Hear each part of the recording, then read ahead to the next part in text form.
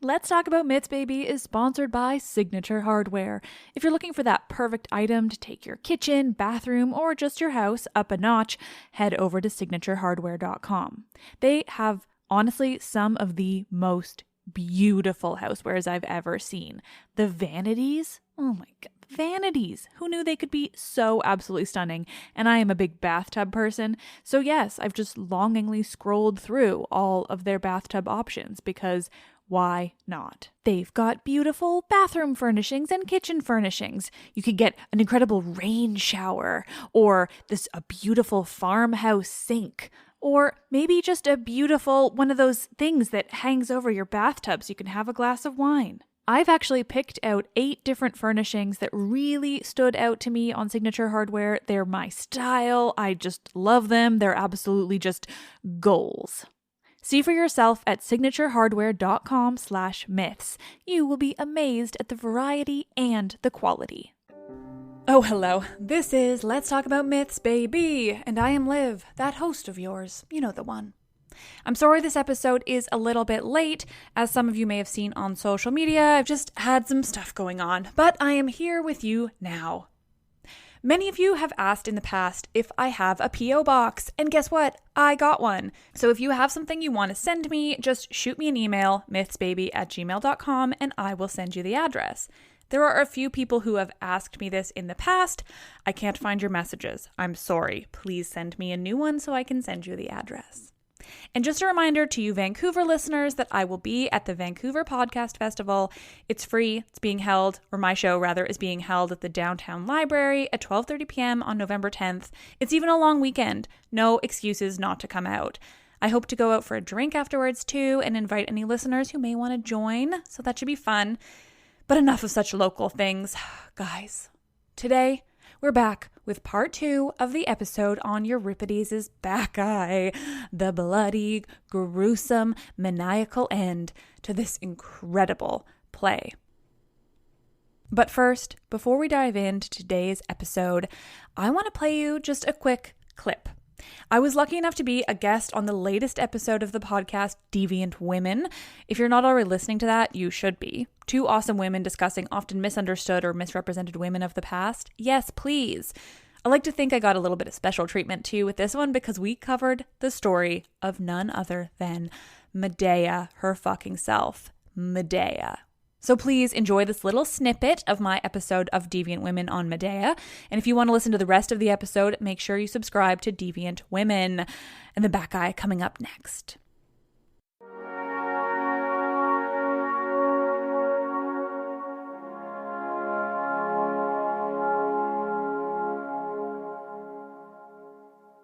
And then they get to Iolcus, which is Jason's homeland, and his rightful place as the heir of Iolcus has been usurped by somebody else, Pelios. Yeah, his uncle has come in and in very Hamlet-esque fashion. Yes, I was going to say, it's actually quite Shakespearean, this version of the story. And has come in and taken over. But she has a solution, as always. She always has a solution. A very calculated, also very bloody and very graphic move, and that is that she tricks his daughters. So Pelias is pretty old, and the daughters are like, oh, wow, you've reinvigorated Jason's father, because she did that. She gave him a potion which made him healthy and strong again. Can you do the same with our father? And she's like, yeah, no worries. Like, I've got this potion, I guess, and I'm going to show you. I'm going to put this old ram, we'll chop up the old ram, put it in the potion, and hey, a young ram has sprung out. Isn't that amazing, magic, wow. And so the daughters get really excited and chop up their father and put him in the thing. The cauldron. Basically, they make a soup. Yeah. They make a dad soup. Oh, dad soup. But of course, this dad soup lacks all of the magic and herbs and potions that Medea has put in her previous soup. Oh my God.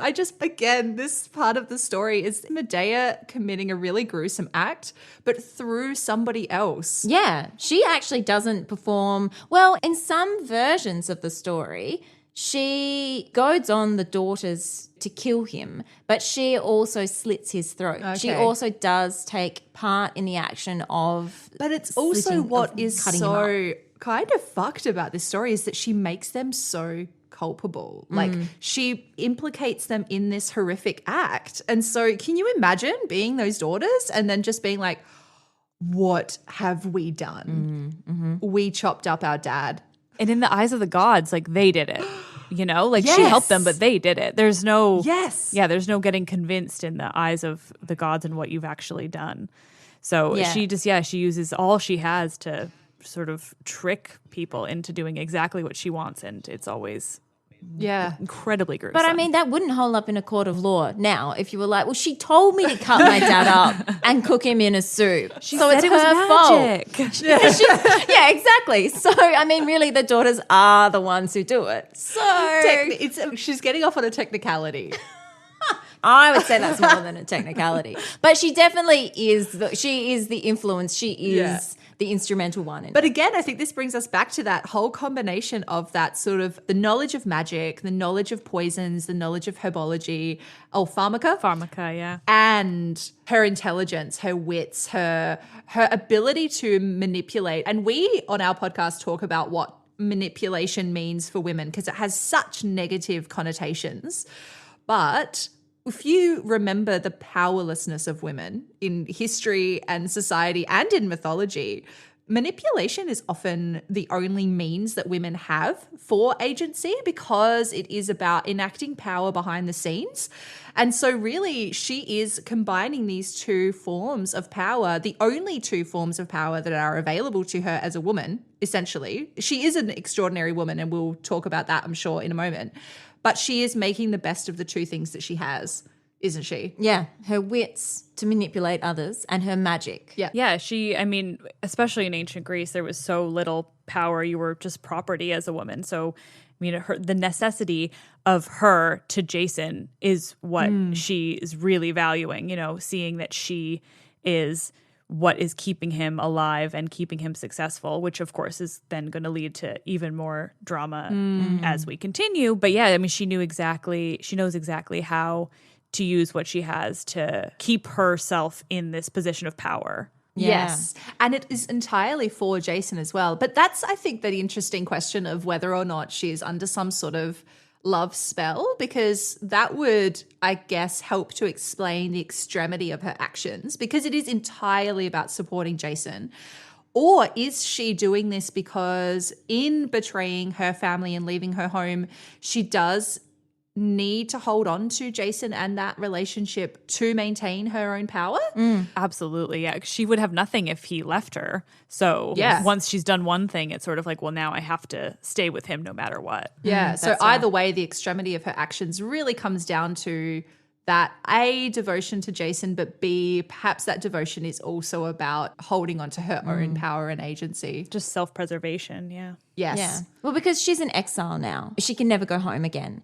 And this does bring us, I suppose, to the next version of Medea, I suppose, in this general mythology. Because in this kind of Jason and the Argonauts version of Medea, this is pretty much where her story comes to an end, I suppose. Like, she does sort of exist further on into myth, but really her story here in terms of how we remember her now is picked up with what is essentially one man's version of her myth, Euripides' play Medea. And it is a play that does bring up these questions of the fact that she has become an exile from her homeland. She is very much an other in a very strange and foreign world to her.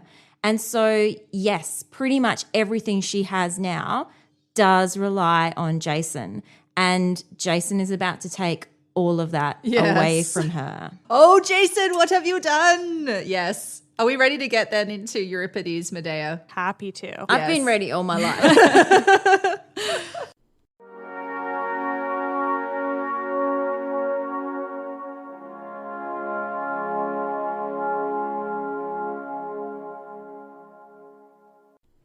Oh, nerds, it was so fun. Please go listen to that episode. It was just so fascinating, so interesting. I learned some things, and I learned I love Medea even more than I already knew I did. And speaking of Euripides, the god Dionysus has returned to Thebes, Of course, he's not telling anyone that he's the god. For all they know, this man is a priest, a devotee of Dionysus, the one who's bringing the god to Thebes, here to convince the people of Dionysus's importance, how vital it is that they worship him. Dionysus has already convinced the women to do exactly that. Whether he's convinced them or they're under a little bit of a spell, it's a little bit unclear. The spell will come in later.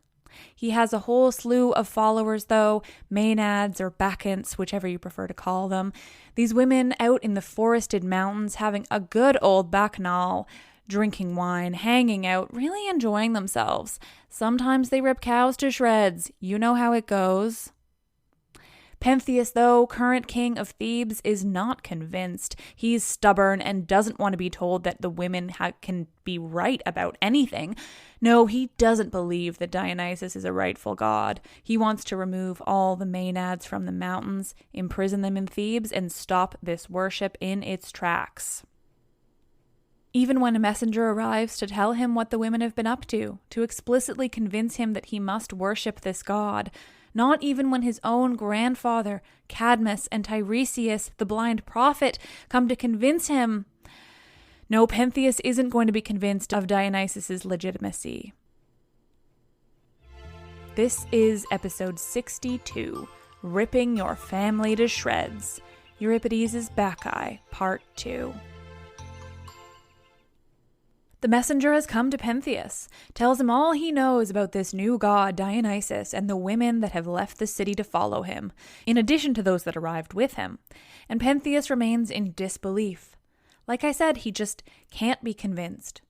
When the messenger finishes his story, finishes trying to convince Pentheus that Dionysus is incredibly powerful, he isn't a god to be ignored, Pentheus then notes only that the women's actions are the real problem, that they must all be captured and imprisoned, that he won't be treated this way by women. Meanwhile, Dionysus, though in disguise, is still there, and he too has tried convincing Pentheus, though he's sick of it now. He simply warns him against removing the women from the mountains, where they're now holy to the god Dionysus. It will only serve to anger the god even more. Pentheus is getting more and more angry, though he's blinded by it. At this point, he notes aloud that instead of sacrificing to the god, he'll sacrifice the women themselves, that they deserve it. This is quite significant because human sacrifice was not a thing in ancient Greece. Euripides is making the point that Pentheus is losing his humanity. He's gone too far as he tries to deal with Dionysus and his maenads. He's becoming a tyrant, if not worse. But he isn't beyond saving yet. Dionysus offers him the chance to make things right, to redeem himself for how he's chosen to handle this thing he sees as a threat. He tells Pentheus that he won't be able to defeat these women, that their wands will defeat the bronze of the soldiers' weapons. Pentheus thinks that's laughable, so Dionysus offers to bring the women to Pentheus so that he may back his threats directly. But Pentheus only sees this as Dionysus mocking him, so instead, Dionysus offers to take Pentheus to see the women. This Pentheus is into.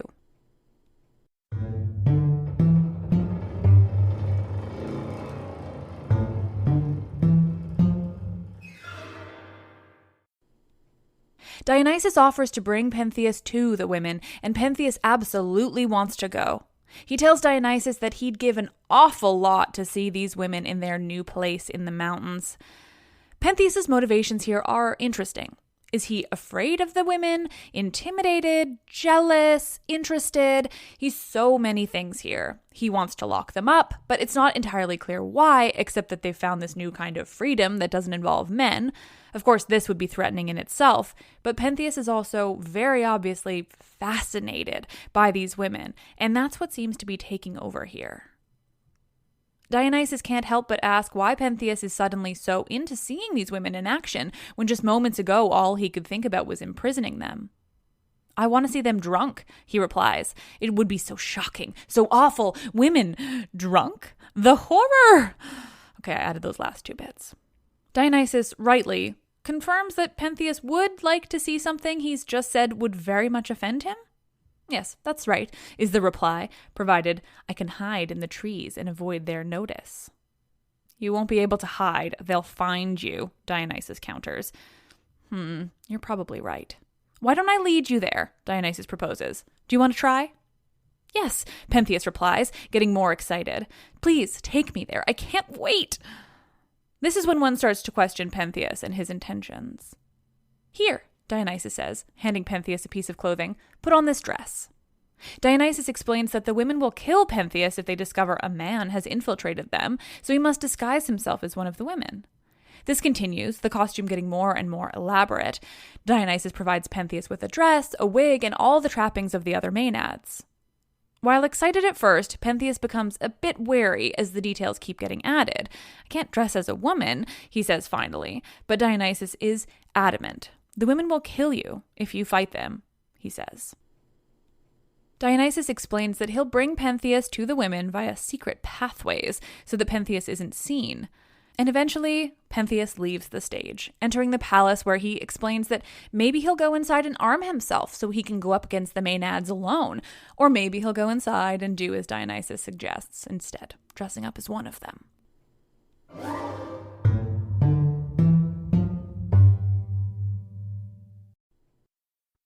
When Pentheus is gone, Dionysus lets loose his plan.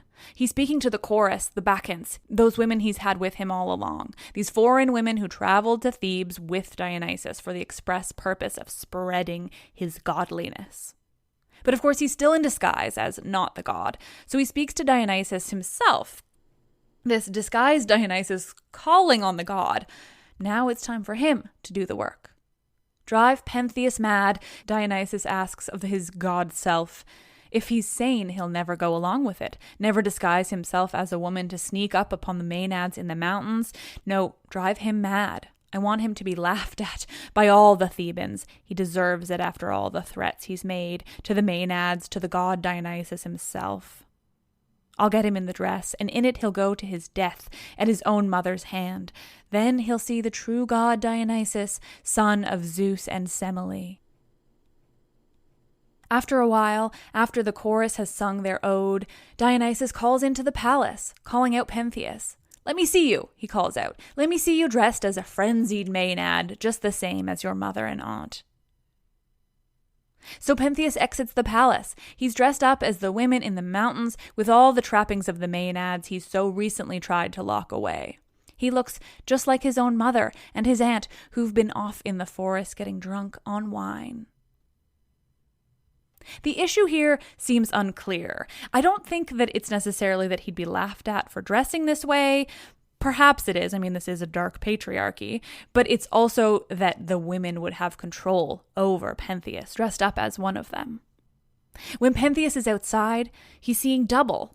Not only that, he asks Dionysus if he's grown horns. You look like a bull now, he says, or did you always? The god Dionysus is working his magic on Pentheus, just as planned. The god is near, Dionysus in disguise tells Pentheus. He's on our side now. Dionysus helps Pentheus adjust his outfit, a lock of hair out of place here, a bit of dress adjustment there. You'll see me as a friend when you see that the Maenads are perfectly sane, Dionysus tells Pentheus, if perhaps a bit ominously. Pentheus's attitude changes more and more as he and Dionysus discuss the plan. He becomes more enamored with the idea of the Maenads and of dressing up like one of them. What they're doing up in the mountains, the freedom and power they have, it's infectious. He begins to get a bit envious. But all the same, he still plans to hide and spy on the Maenads, at least at first.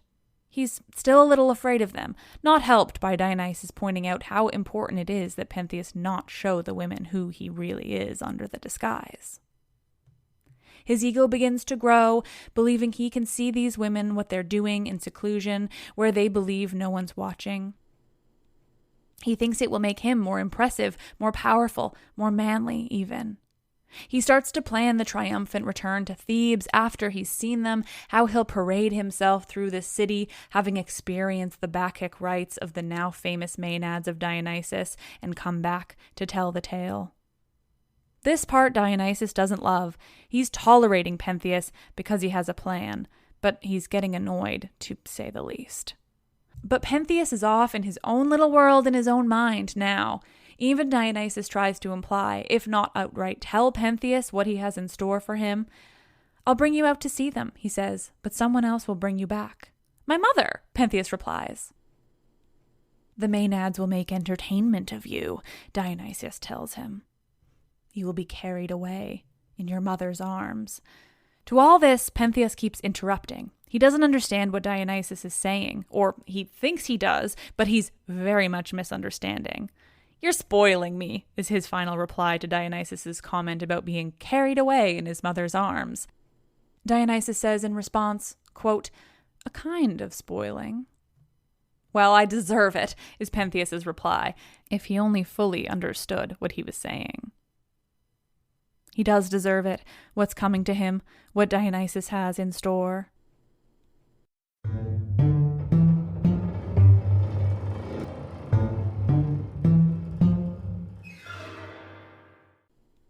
Pentheus exits the stage then, but the chorus sings about what's happening, though we in the audience don't see it. "Run, go to the mountains," they sing, "where the daughters of Cadmus dance together for their rituals. Drive them to madness against this man dressed as a woman who spies on the women as they dance, hidden away in the trees. His mother will get him first, will spot him where he spies. She'll bring the others. Who is this man, watching us, following us? She won't know who he is, will even question who the man's mother could be. Not a human mother, she will accuse. The chorus sings of death, how it doesn't wait for excuses. Honor the gods, they sing. Let justice kill the man with no god, no law, no righteousness. The chorus sings to Bacchus, to Dionysus, asking him to come to them, to ensnare this, quote, Maenad hunter. Give him over to the women who worship you, to your Maenads, to their Bacchic rites. Finally, a messenger arrives. He tells the chorus that Pentheus is dead. The messenger is distraught, mourning his king. The chorus, meanwhile, are thrilled, much to this messenger's dismay. They couldn't be happier, and they tell him that. Quote, "The wicked man is dead. He died on his wicked quest." "Tell us, how did he die?" they ask the messenger. So the messenger tells the story, where they went and what they did when Pentheus exited the stage last. "We went deep into the mountains," he says, following the path. "Finally, we came upon them, the women, the Maenads in the forest. They were making their wands, singing their Bacchic songs, a whole group of women. But Pentheus couldn't see them. He told us he needed to get up higher, into the trees, to get a better look. The stranger," he says, referring to Dionysus in disguise, "he did something magical then. He reached up and pulled the highest branch of a pine tree down. He settled Pentheus on the branch and let go. The branch sprung back, bringing Pentheus high into the sky, perched atop the highest tip of this tree. But from the highest point of the tree, Pentheus could easily be seen by the Maenads. Suddenly, the stranger had disappeared, and the voice of Dionysus calls out. 'Ladies,' he called, 'here is the man who laughed at us, who mocked our sacred rituals.' For a moment, the women don't know where to look. But finally, Agave, Pentheus's mother, sees him first, and then the rest see him in this tree. They throw rocks at him, but they keep missing. Finally, again led by Agave, the women get together at the trunk of the tree, and they bring the tree down. Ah, the power of women and a nice glass of wine. Unstoppable. So Pentheus is on the ground with his mother above him, frantic. She's not herself. He tries to show her who he is. He takes off his disguise, calling out to his mother. 'It's me,' Pentheus calls. 'It's your son. Please don't kill me,' he calls to her. But she can't see it. She can't really see anything. Dionysus has Agave's mind completely. She doesn't know who is there or what she's doing to him. She's described as foaming at the mouth, her eyes rolling around in their sockets. She is not herself. Agave rips out her son's shoulder, tears his arm straight out of the socket. Pentheus's aunt, Ino, is at his other arm, tearing away the flesh. Autonomy, his other aunt, and the other Maenads grasp at him, taking handfuls and pulling. Flesh tears off in chunks. Their nails are covered in blood. Slowly, Pentheus is ripped to shreds by his mother, Agave, his aunts, Ino and Autonomy, and the rest of the women of Thebes. driven mad by Dionysus in his rage against Pentheus. Pentheus's body is strewn about the grass of the forest, pieces torn away, barely anything bigger than Pentheus's head, which his mother, Agave, stumbles upon after the frenzy. She takes it and fixes it to the top of her thyrsus, her wand, her symbol as a bacchant of Dionysus. Agave runs through the mountain, leaving behind her sisters with the other Maenads before she arrives in Thebes, still with the head of her son on the end of her thyrsus. She calls to Dionysus in her victory. "They've won," she says. Quote, "You shared the hunt with me, you share the prize." The chorus sings of Dionysus's success, of the death of Pentheus, before Agave herself is on stage and speaking with the chorus. She has her prize, and she's excited to show these other Maenads, these women who have followed Dionysus to Thebes. "Look," she says, "I caught this lion cub, all on my own." She holds out Pentheus's head. "Where did you get it?" they ask. "The mountain," she says, "Kithaeron." "Who killed it?" they ask. "I did," she says. "I won the prize, but all the daughters of Cadmus helped in the hunt." The chorus continues to press Agave to test what she knows about what she's done, but she thinks it's an animal she's caught. She points to its young, soft hair. She praises Dionysus, master hunter, and the rest of the Maenads and how he told them what to do. She asks for praise of the chorus, and they give it to her, but they ask about her child, Pentheus. Agave says yes, he'll praise her for this hunt too.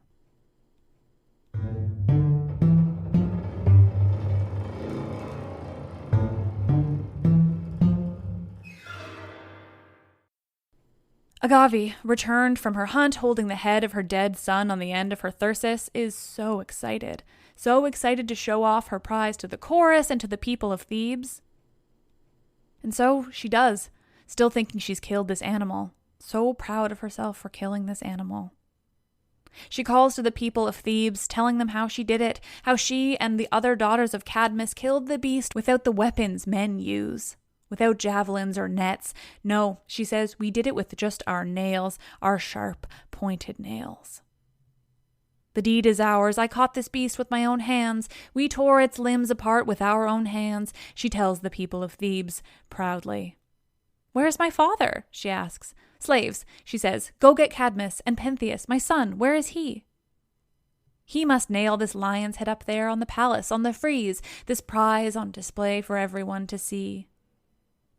Finally, Cadmus arrives on stage. Slaves are with him, carrying a corpse on a stretcher, though it's covered with a sheet.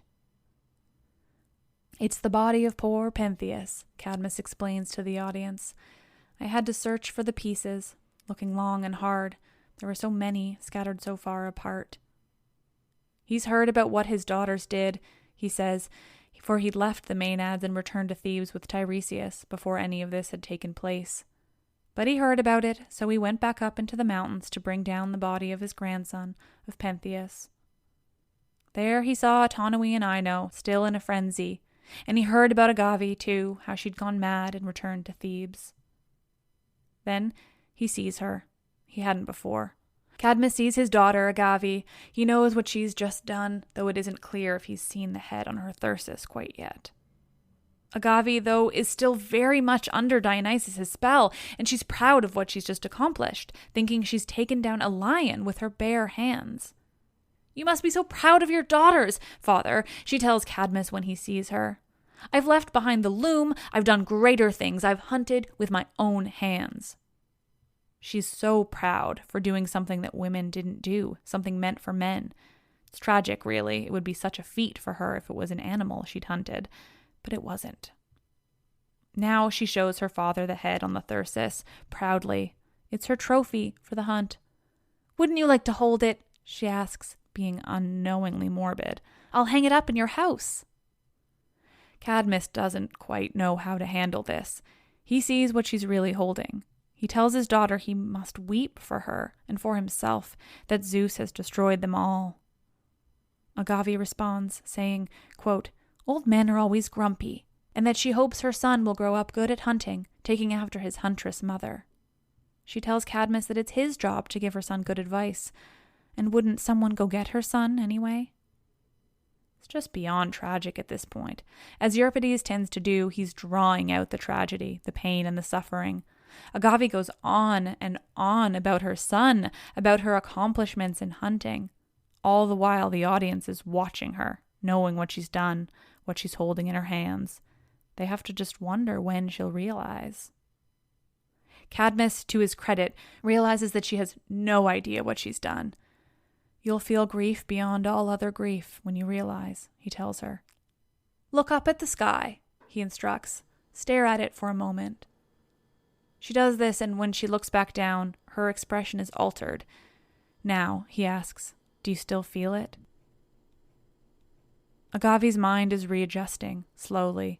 She doesn't realize anything at first, but then she acknowledges she does feel things changing a little. So Cadmus quizzes her on her life, who she married, what she named her son. Finally, he asks, whose head do you hold in your hands? A lion's head, she replies. Look at it again, he asks, carefully.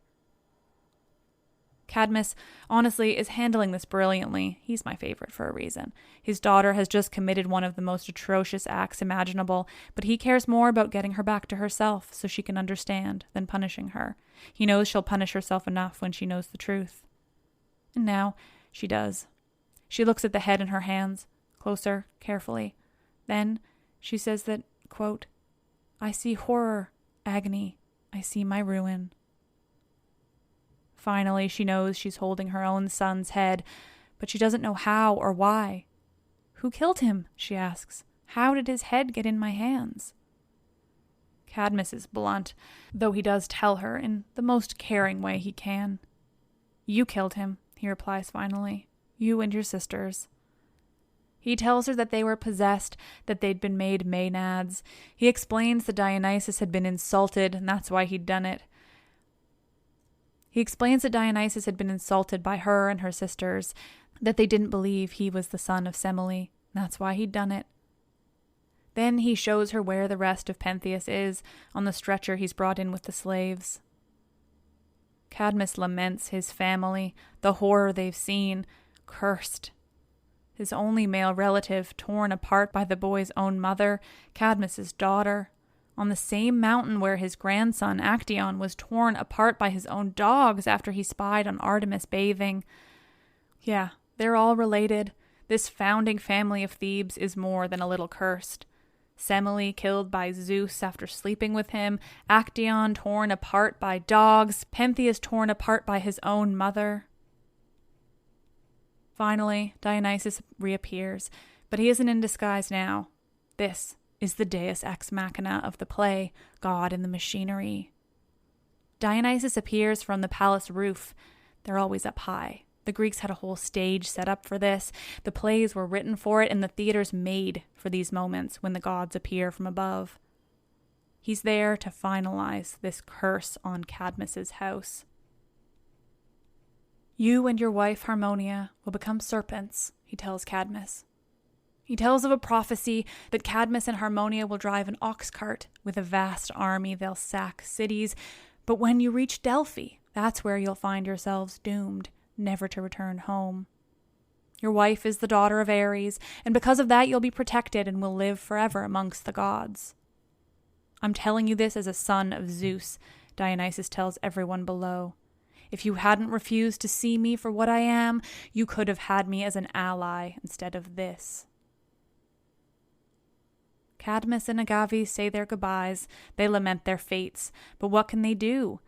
They have to be exiled from Thebes, even if a god hadn't just arrived to tell them exactly that. They leave, each exiting at different sides of the stage.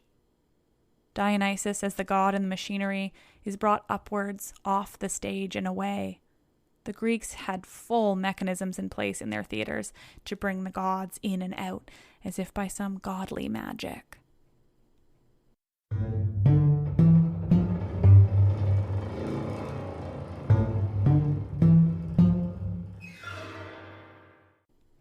This playwright, Euripides, he has my heart, truly. His plays are so incredible, so visceral. I'll take this opportunity to once again recommend you listen to the Medea episode of Deviant Women that I'm on. That play, too, is Euripides, and we give him due credit. It's very interesting. His works are brilliant, the most violent and tragic, and honestly, the most dramatic in the true sense of the word. He is an icon. Euripides had died before this play was able to be staged. He'd been living in Macedonia, and he died there. A relative of his found the play and Iphigenia at Aulis, another of his plays, in his things after he died, and they staged the play at the next year's festival in Athens. They say that Sophocles, himself near death by that time, wore a black cloak of mourning to the festival for Euripides. He wore it when he watched this play being staged for the first time. Euripides was awarded first place posthumously. Quite the way to go out, a farewell performance by one of Greece's most incredible playwrights, one who wasn't nearly as appreciated then as he is now. He only won first place 4 times, this was one of them. Everything that makes his work my favorite, and a favorite of us today, is what made him a little too much for the judges at the theatrical festivals that were staged every year in Athens in honor of Dionysus.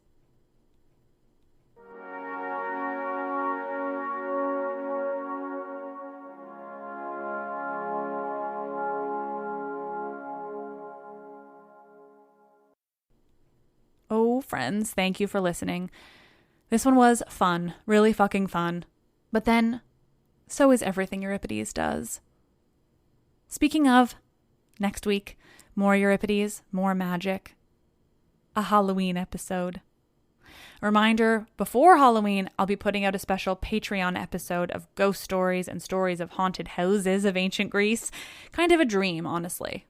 Consider becoming a patron if you're interested. You'll also have access to all my past episodes in there, including when I covered movies based around mythology, Disney's Hercules, Clash of the Titans, some others, and then the new companion episodes too. There's lots to listen to, honestly. And thank you. That is the main thing I want to say this week. You're all truly wonderful. I've been getting some amazing messages lately, especially after I announced that I had some stuff going on and why this episode was late.